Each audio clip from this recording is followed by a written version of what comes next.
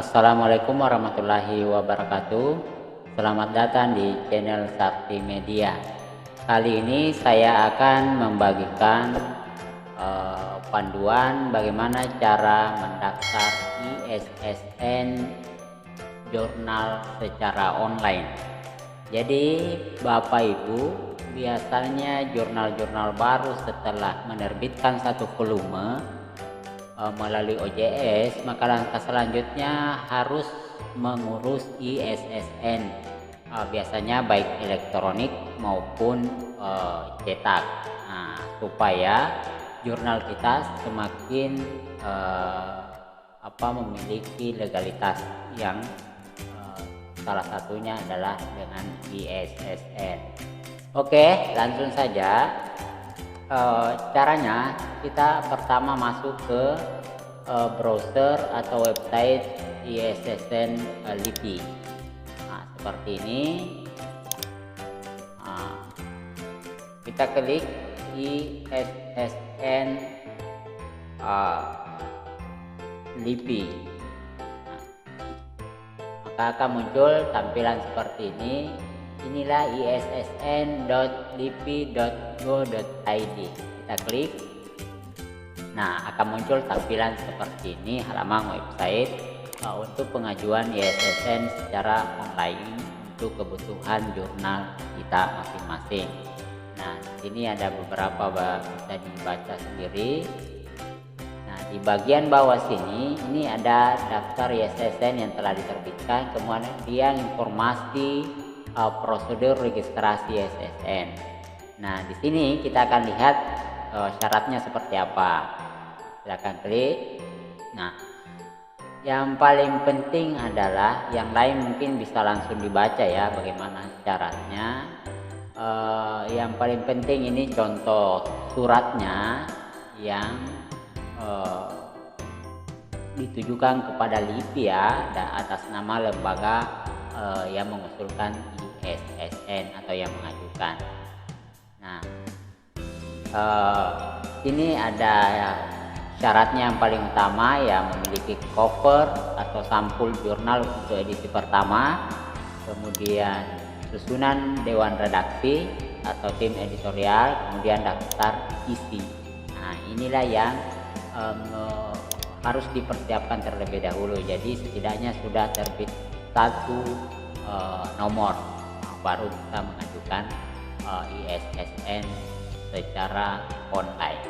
Nah, selain itu ada surat nanti. Oke, ini yang paling utama ya. Nah, selanjutnya kita kembali. Setelah melengkapi persyaratan tadi ya, yang pertama ada surat permohonan, sudah ada contohnya di sini. Kemudian ada cover jurnal, kemudian ada tim dewan redaksi, kemudian ada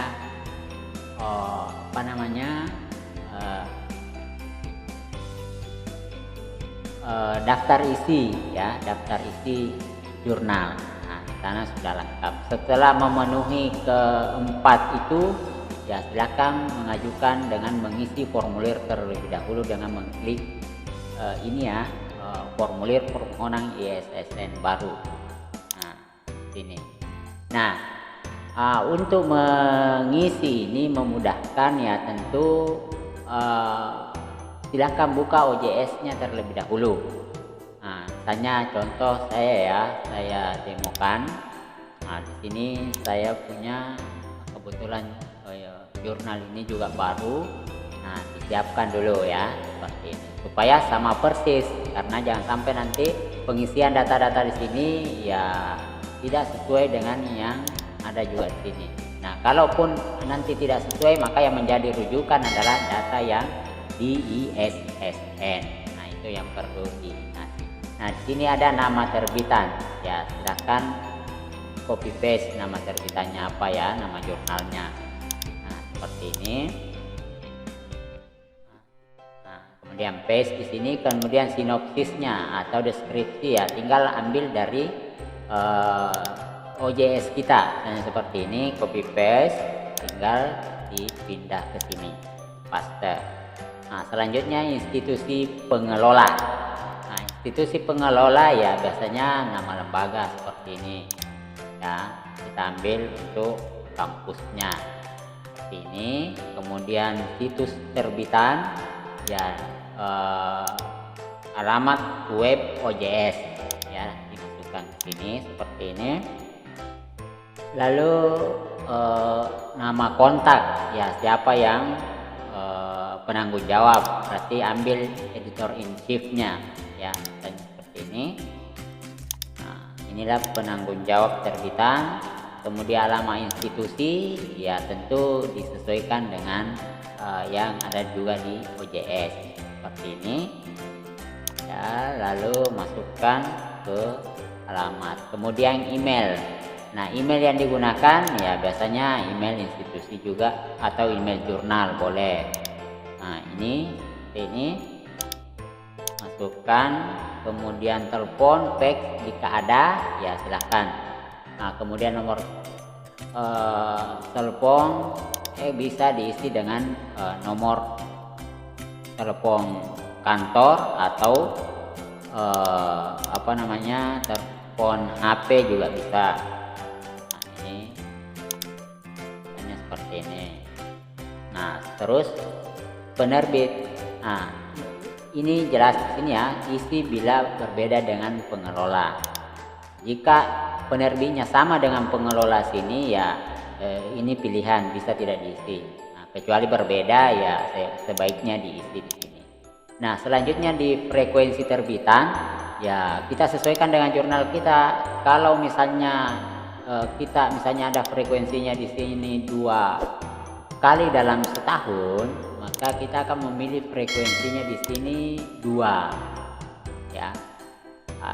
2 kali berarti ya 6 bulanan ya, 6. Nah, kita pilih bulanan ya. Kenapa? Karena 6 bulanan ya itu artinya 2 kali terbitan dalam setahun. Nah, edisi berlaku ya biasanya kalau jurnal baru ya volume 1 nomor 1 ya, biasanya akan seperti ini. Kemudian media cetak ya. Nah, ini jadi kalau misalnya kita mau mengajukan media cetak ataupun media elektronik, maka 2 kali kita membuat permohonan seperti ini. Nah, setelah media cetak ya kita buat lagi media online, tapi caranya pun sama tetap seperti ini, hanya yang berbeda di bagian cetak ataupun online seperti itu. Nah, selanjutnya kategorinya ya disesuaikan. Kalau fisika misalnya ya pilih fisika, kalau di bidang pendidikan ya pilih bidang pendidikan. Nah, ini disesuaikan. Nah, untuk mengisi kunci ini ya di sini ini wajib, silakan lihat di bagian sini. Nah, ya silakan masukkan di sini. Ini tidak boleh di copy tapi harus disalin ya, 52347, maka yang akan dimasukkan di sini 52347. Nah, kita lihat 52347 nya ya, ini harus sama persis dengan yang ada. Setelah sampai di sini silahkan centang di bagian sini, lalu klik simpan. Nah, setelah diklik simpan, maka secara otomatis nanti akan muncul ID ya. Ini silakan disimpan di sini nanti ID dan password atau kata sandi. Ya, ini silakan disimpan ya, karena jangan sampai hilang. Ini nanti yang akan dipakai login untuk mengupload bukti-bukti yang lain dan untuk mendapatkan ISSN. Setelah itu ya silakan masukkan di sini untuk login ya. Nah, masukkan di sini untuk login. Nah, misalnya sudah login ya. Setelah daftar formulir, selanjutnya silakan login di sini. Nah, dengan memasukkan kode yang tadi dengan password yang muncul tadi. Setelah itu klik masuk. Nah, maka di sini akan kelihatan lagi. Nah, jika ada perubahan di sini ya itu masih bisa diubah. Nah, jika tidak ya lanjutkan saja dengan mengupload surat permohonan dalam bentuk PDF ya. Ingat, dalam bentuk PDF. Nah, caranya mengupload ya tinggal ngeklik di sini surat permohonan ya.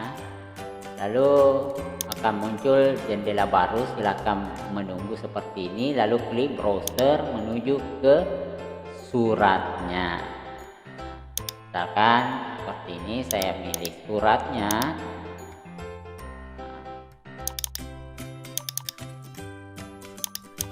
Surat permohonannya untuk media cetak ya. Jadi ada dua nanti surat permohonan, ada media cetak dan elektronik. Setelah itu klik kirim. Nah, seperti ini. Maka akan terupload sini ya, seperti ini ya. Maka akan terputar-putar seperti ini, tapi ini tidak usah ditunggu ya. Jika sudah muncul tulisan selesai di sini, yaitu artinya udah selesai. Nah, tidak perlu menunggu sampai berhenti ini berputar-putar. Oke, setelah itu ya langsung saja ditutup, lalu upload yang lain dan seterusnya. Nah, setelah itu silakan klik pesan di sini. Pesannya yang terhormat admin LIPI, mohon petunjuk selanjutnya, itu bisa pilihan, lalu klik simpan. Nah, jika sudah mengklik simpan ya silakan tunggu proses verifikasi oleh tim LIPI pusat ya. Nah, seperti ini akan muncul keterangan dokumen sedang dalam proses verifikasi. Nah, jika sudah diverifikasi nanti maka akan muncul di sini ya, jika memenuhi syarat tidak ada revisi maka akan muncul di sini nanti keterangan untuk mendapatkan petunjuk pembayaran. Nah, biasanya pembayarannya ya akan muncul di situ nanti. Nah, atau bisa dilihat di pesan sini. Nah, setelah muncul suruh membayar sesuai jadwal, nah itu yang perlu diperhatikan, jangan sampai lewat. Setelah itu konfirmasi kembali mengupload di bagian sini. Nanti ada akan muncul di sini bukti upload pembayaran setelah diverifikasi. Nah, setelah itu upload. Nah, setelah upload ya menunggu lagi konfirmasi untuk mendapatkan ISSN. Nah, setelah dikonfirmasi pembayarannya maka akan keluar ISSN baru. Makanya silahkan sering-sering login setelah mengajukan permohonan. Nah, secara singkat seperti itu saja permohonan ISSN baru bagi pengelola jurnal yang baru mendirikan atau menerbitkan jurnalnya.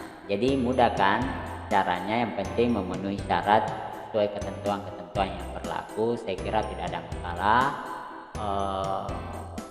Akan diperiksa oleh tim admin LIPI.